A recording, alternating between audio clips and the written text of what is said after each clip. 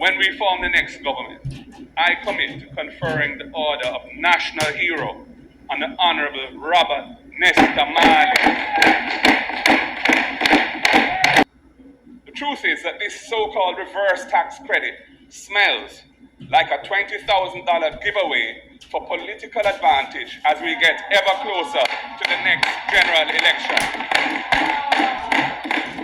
The Prime Minister has to do certain things, and he has to use the time to do certain things. He cannot go to the general election right away. The PNP has the momentum in that they have energized their base. There's no doubt about that. They have energized their base.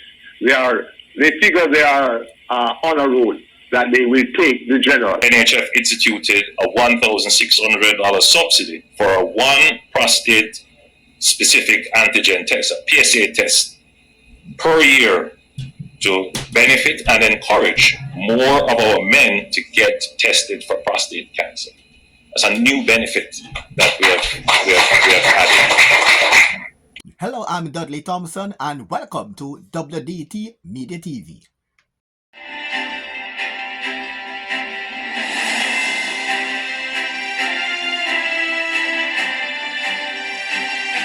Welcome back, I'm Dudley Thompson. The PNP's Mark Golding, while speaking today in Parliament during his budget presentation, stated that the next PNP government will bestow on Bob Marley the Order of National Hero. In keeping with our seriousness about culture and the creative industry, when we form the next government, I commit to conferring the Order of National Hero on the Honorable Robert Nesta Marley.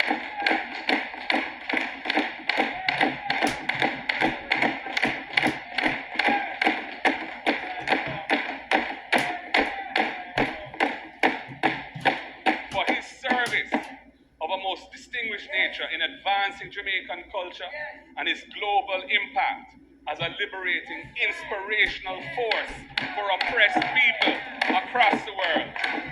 I say time come to recognize the gong as a true national hero and confer that honor on him accordingly.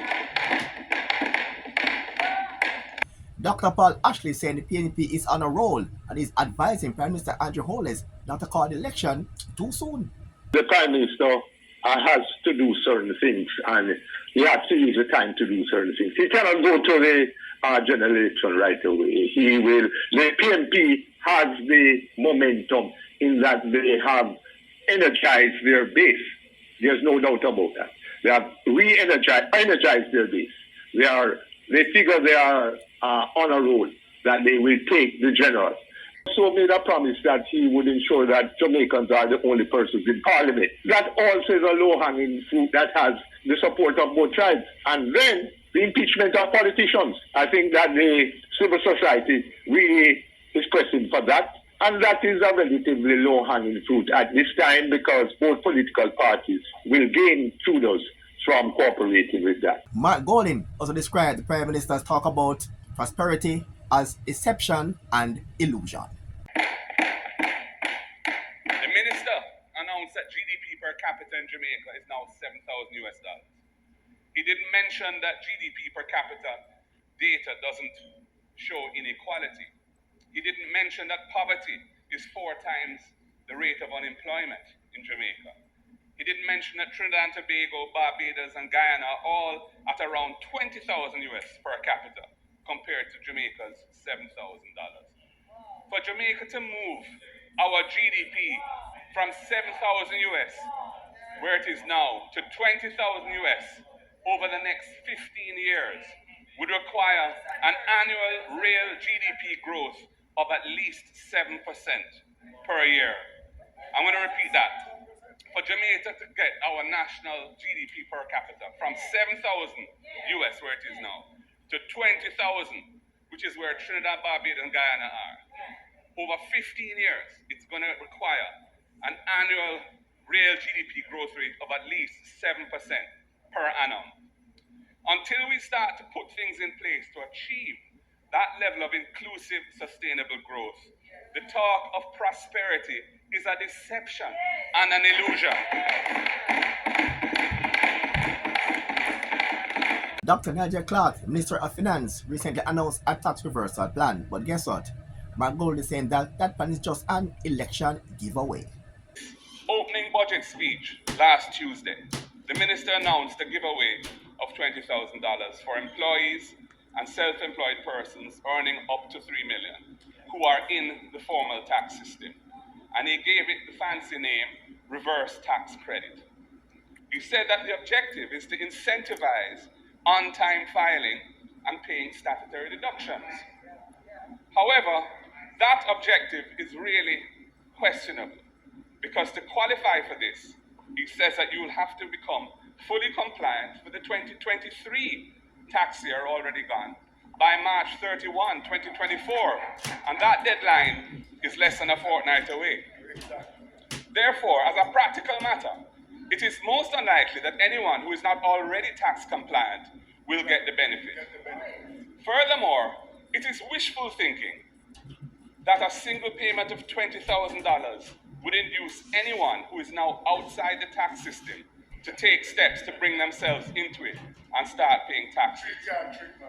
And it applies to persons below the threshold. The truth is that this so-called reverse tax credit smells like a $20,000 giveaway for political advantage as we get ever closer to the next general election.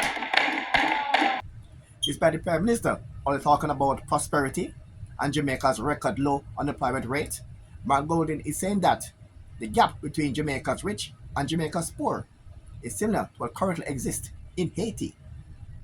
In local government elections, the Prime Minister argued that the people must not vote with their emotions. He said they should pay attention to all the positive macroeconomic indicators that mean things are good. He said they should hold on and stay the course because Jamaica will soon take off. But the people showed with their votes that they are not convinced. They are not convinced because the economic model of this government benefits too few people. Indeed, the people cried out with their ballots that a better way exists and that better must come.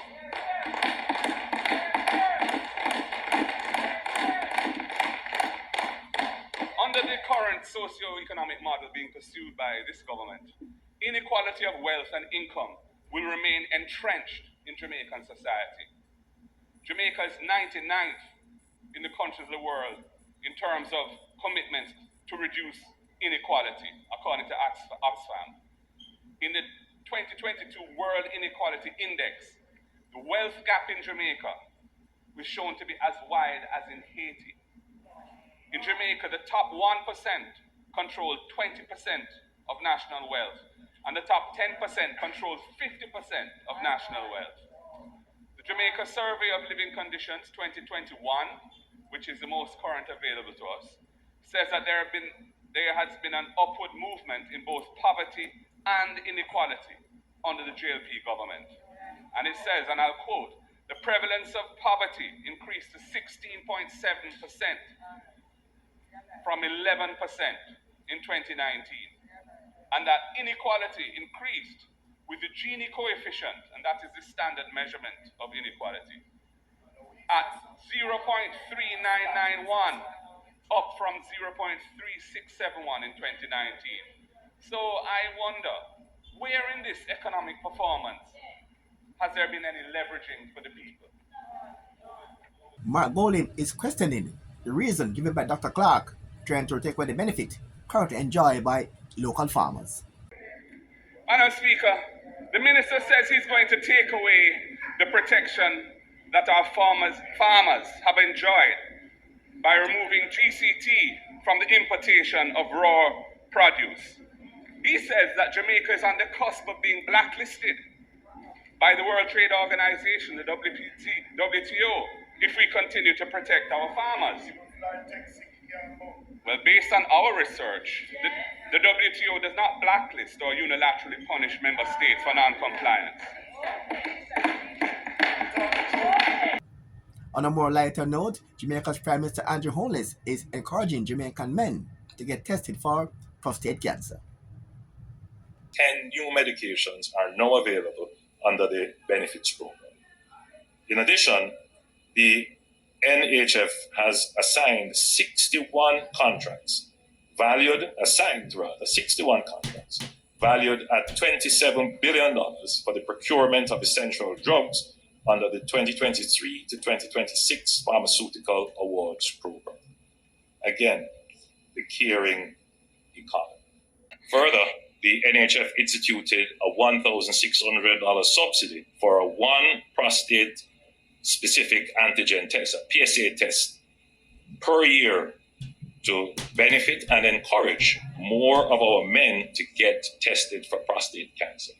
That's a new benefit that we have added.